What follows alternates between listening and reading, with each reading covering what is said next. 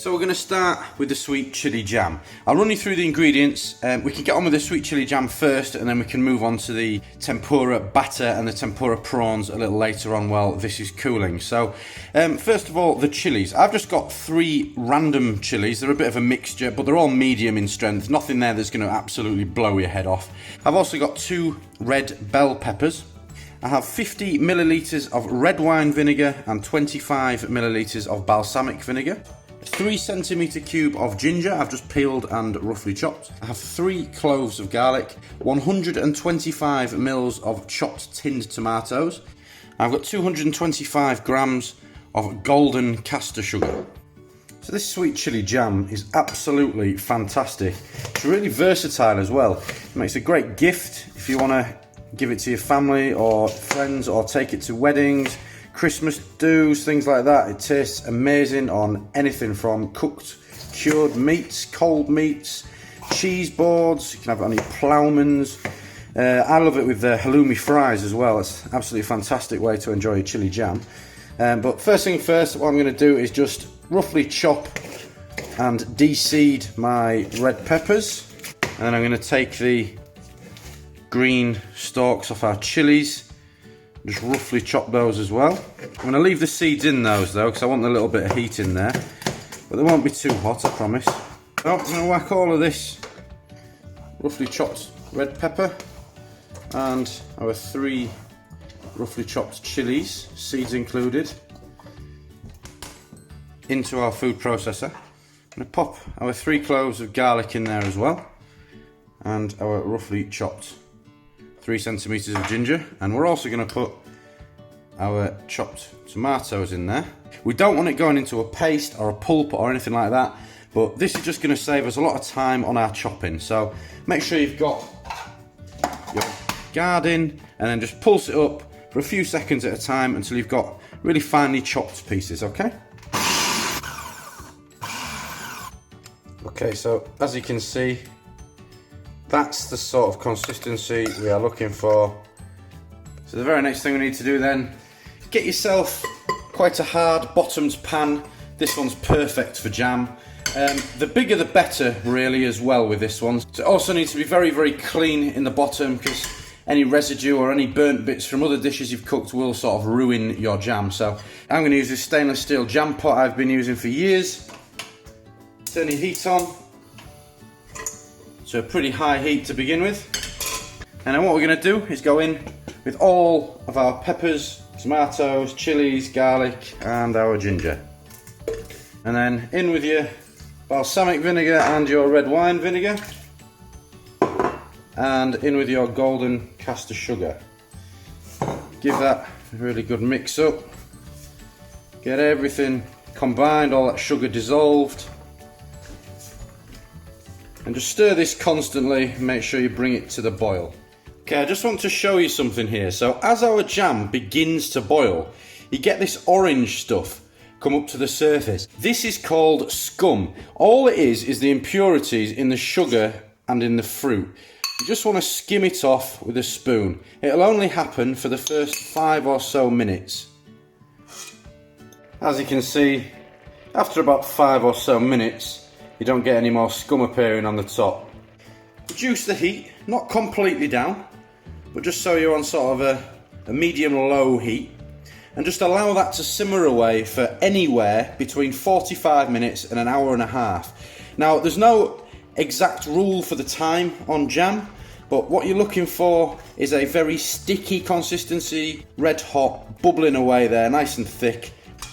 So while we wait for it to get to that consistency, make sure you stir it regularly.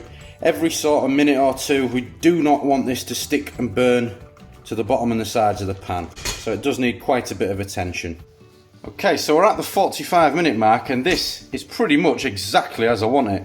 As I say, sometimes it takes a little longer, sometimes it's a little quicker, it depends.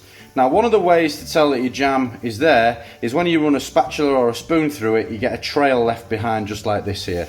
It's nice and gloopy, and this is pretty much perfect. So, one thing to remember, when you're making a fruit jam like a strawberry jam or a raspberry jam, You usually add lemon juice, which has got like a natural chemical in it called pectin, which helps it to set and form that really firm jam consistency. Now, this doesn't contain any pectin, but the sugar, as it's caramelised, acts sort of similarly. When you get the consistency that you are after in the pan here, no matter when it's cooled or not, it's still going to stay the same consistency. So what we've got now, when it's cooled, is pretty much going to be the same consistency. So if you want it slightly thicker, just leave it in longer. Just keep making sure you stir it so that it doesn't stick or burn on the side of the pan. So just remember, this will be very hot. If you have a dishwasher at home, you can sterilise your jars in the dishwasher. It's just about the temperature that it gets cleaned at. So carefully pour your jam into your sterilised jar. So here we have our homemade chili jam. Really sweet, really tasty, and so versatile. If you're using a jar like mine here, make sure you use it within a couple of weeks, but as long as you keep it in the fridge, it's good for a while. So next thing then, we are going to move on to our tempura battered king prawns. You can use any king prawns you want. Shell on, and you can peel the shells and just leave the tails on, or you can use king prawns, tiger prawns. I like these quite large Argentinian red prawns. They are raw, they're just pink in colour. They're very tasty, and they're slightly larger as well. So these are the prawns I'm going to use, Argentinian red, but as I say, you can use any prawns you like. I have 200 millilitres of sparkling water. I also have 6 or 7 ice cubes here. What I'm going to do with the ice, I'm just going to pop that into our sparkling water because we need to chill that down and get it nice and cold as well. I have 100 grams of plain flour, half a teaspoon of granulated sugar and half a teaspoon of salt. I've got 2 eggs. I'm going to use the whites from both of them, but only one of the yolks. And I also have 25 grams of baking powder. And lastly over here, I've got a pan, and I filled that with a couple of 100 millilitres of vegetable oil, and this is what we're going to fry our tempura battered prawns in. So there's a couple of things that make tempura batter so special and so light. One of them is the ice sparkling water, and the other one is with our plain flour. We're just going to sift it once, twice, 3 times if you want, just to remove any of these larger lumps, and just sift that into a bowl. It's lovely and light. Okay, so once you've sifted your flour, next I'm going to take one of our eggs, and then we're just going to separate that yolk. So remember, I'm going to keep one of these yolks and discard the other one. So we'll keep that. Okay, so I'll discard this egg yolk, and then using a whisk, just going to whisk up these egg whites until they are nice and fluffy. So everything we're doing is just adding more and more air and lightness to our batter. Okay, so when you're at this stage, and it's lovely and fluffy and it's turned white, just set that to a side for now. Don't do it too much, we're not making meringue. Just pop that to the side. Okay, so the next step, into our sifted flour goes our sugar and our salt. Give that a quick mix up with a fork. And then in with our egg yolk. Now, one of the keys with this is we don't want to mix it in completely. We just want it roughly mixed in. So just a few times around with your fork, and that's absolutely fine. And now all we're going to do is we're going to pour our iced sparkling water in. Just ensure we don't get any of those ice cubes in, bit by bit. And then again, you don't want this to be an absolutely perfectly smooth paste. Sometimes it's quite desirable to get those little lumps in there. So a little mix, and then same again. Just make sure you keep those ice cubes out. So that's nicely mixed, but as you can see, there are still quite a few lumps in there, but that doesn't matter at all. So at this stage then, turn your pan of oil on.